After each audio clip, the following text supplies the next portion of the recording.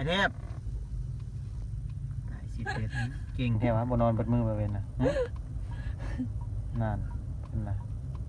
เอาแล้วเอาแล้วเอาแล้วเอาแล้วเอาแล้วเก่งบ่เอาเดี๋ยวนะมันเอายืนรับแล้วเอา ไปแล้วค่ะ รับทั้งยืนรับเอาโถ่คอเตือยเราไปเช็ดไอเทพเอ้ย ตำรวจจะไปก่อน ไอเทพเอ้ยผิวขาดแล้วเบนสีเก่งด้วยดูมือตา ตำร ขึ้ วน จ มา แล้วก็ มือตาขึ้นมาแล้ว ส่งกันนะ ไอเทพ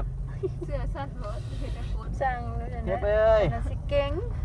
ยิ้วขาดแล้วพอ นี่คอเตือยละนุ่ยเอาไปใส่กลับไปแล้ววันนี้เรียบร้อยลองจับขึ้นมาบุ้งเนาะจับหัวขึ้นมาบุ้งเนาะเทพเอ้ยเทพเอ้ยไอเทพ